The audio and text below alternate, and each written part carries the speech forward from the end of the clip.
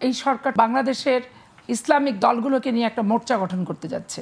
স্বাভাবিক কারণেই ওই দুটো দল সরকারের মুখের দিকে তাকিয়ে কথা বলে, আর সরকার ওই মোর্চা এবং এনসিপির মুখের দিকে তাকিয়ে কথা বলে। কারণ সরকার একটা নিরপেক্ষ, বস্তুনিষ্ঠ এবং 15 বছরের যে দাবি আমাদের নির্বাচনের, সেই টাইপের নির্বাচন করতে সরকারের লোকবল, প্রশাসনিক, ডিসি, এসপি, ইউনো, তারপরে ওসিকে কতটুকু তারা নিয়ন্ত্রণ করতে পারছে, কাঙ্ক্ষিত 15 বছর থেকে সেই নির্বাচনটা দিতে তারা কতটুকু সক্ষম, কি কি করণীয় দরকার, কতটুকু তারা করেছে, কেন তারা করতে পারেনি, এটা জনতার প্রশ্ন 20 কোটি মানুষের এই বর্তমান সরকারের কাছে প্রথমত। আর দ্বিতীয়ত, আপনি যদি আমাকে বলেন যে সেই নির্বাচনের পরিবেশ আছে কিনা, পরিবেশটা আমরা সাহায্য করব, সরকার তৈরি করবে। দেখেন 15 বছরে যে রিক্রুটমেন্টগুলো হয়েছে ওসি, এসপি, ডিসি, ইউনোতে, এগুলো সবই আওয়ামী লীগের।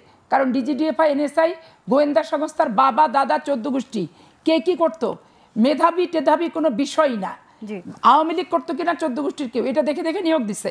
তাহলে এই ডিসি এসপিরা দেশের পরিস্থিতি ভালো হোক, চাঁদাবাজি বন্ধ হোক, যে দলেরই হোক চাঁদাবাজ, চাঁদাবাজের কোনো দল নাই, কোনো ধর্ম নাই, কোনো মত নাই, এ দলকে ও দলকে দোষ দিয়ে কোনো লাভ নাই।